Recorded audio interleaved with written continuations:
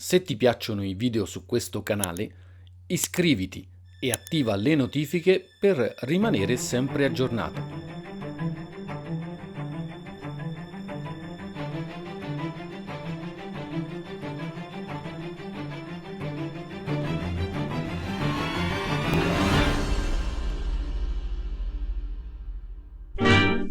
Il Savoia Marchetti S65 era un idrovolante da corsa bimotore progettato per partecipare alla gara di velocità per idrovolanti denominata Coppa Schneider del 1929.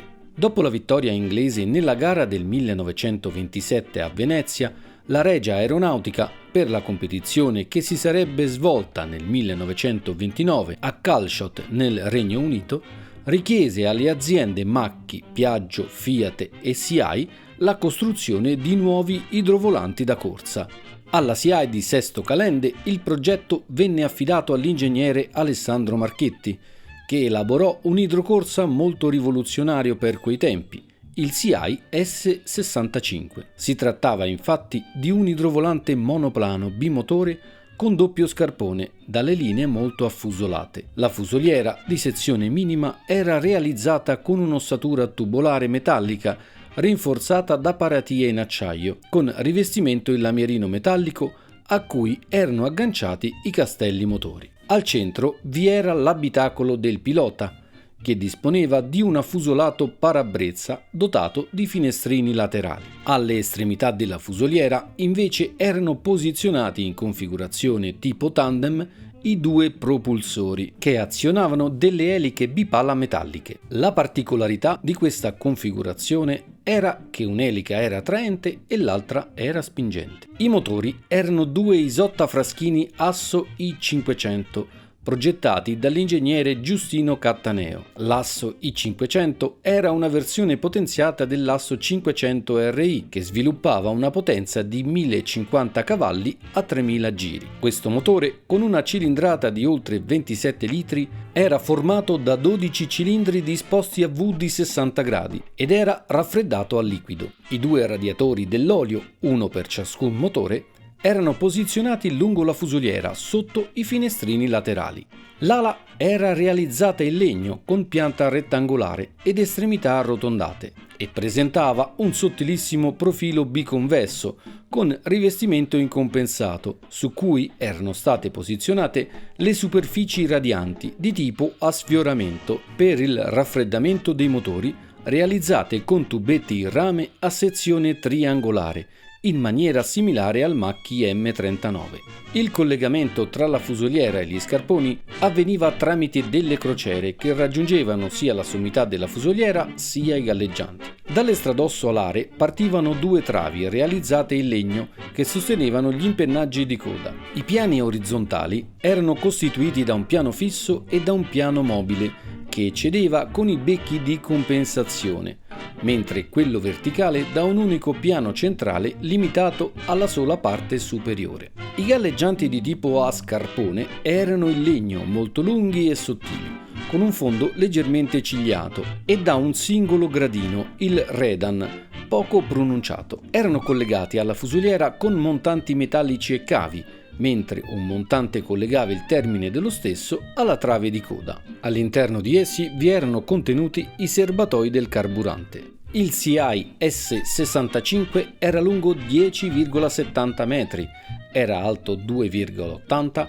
e la sua apertura alare era di 9,50 metri, per una superficie complessiva di 12,4 metri quadrati.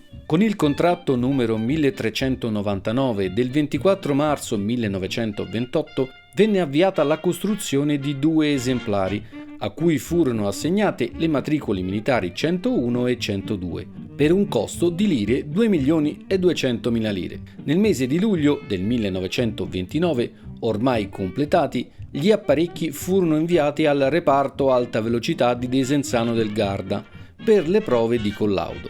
L'esemplare con matricola 101 venne collaudato il 2 agosto successivo dal maresciallo Tommaso Dal Molin e dal capitano Giuseppe Motta. Durante le prove di collaudo emersero alcuni problemi, primo fra tutti la difficoltà di messa a punto dei motori, causata dalla non perfetta dissipazione del calore da parte delle superfici radianti sulle ali e una pesantezza complessiva del velivolo. Purtroppo non ci fu il tempo di provvedere alla sistemazione di questi difetti, avendo meno di 40 giorni a disposizione prima di disputare la gara. Per cui, malgrado fosse presente a Calshot, il CI S65 non venne utilizzato nella competizione. Alla luce di quanto riscontrato, l'ingegner Marchetti provvide ad apportare le modifiche all'aereo.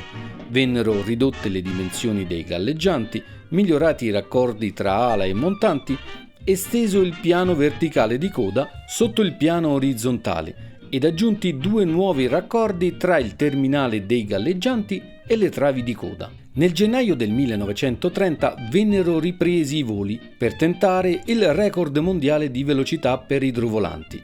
Il 18 gennaio venne deciso il tentativo con l'esemplare con matricola militare 102. Il pilota prescelto fu il maresciallo Tommaso Dal Molin. Dal Molin si portò al decollo, staccandosi bruscamente dall'acqua, mantenendo un assetto fortemente cabrato. I presenti sentirono distintamente il pilota togliere motore, ma questi non fu in grado di correggere l'assetto e l'aereo, divenuto incontrollabile, precipitò di colpo da un'altezza di circa 25 metri e si inabissò nelle gelide acque del lago di Garda, portando con sé Dal Molin. Ironia della sorte, proprio quel giorno il maresciallo Tommaso Dal Molin avrebbe compiuto 28 anni. Le cause dell'incidente non furono mai accertate con sicurezza.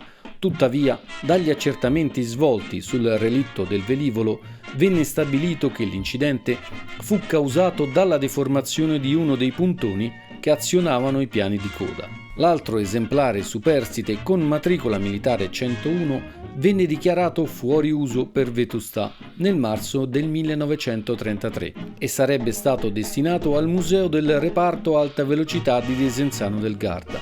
Le ultime notizie relative alla sua presenza al reparto risalgono al 1939.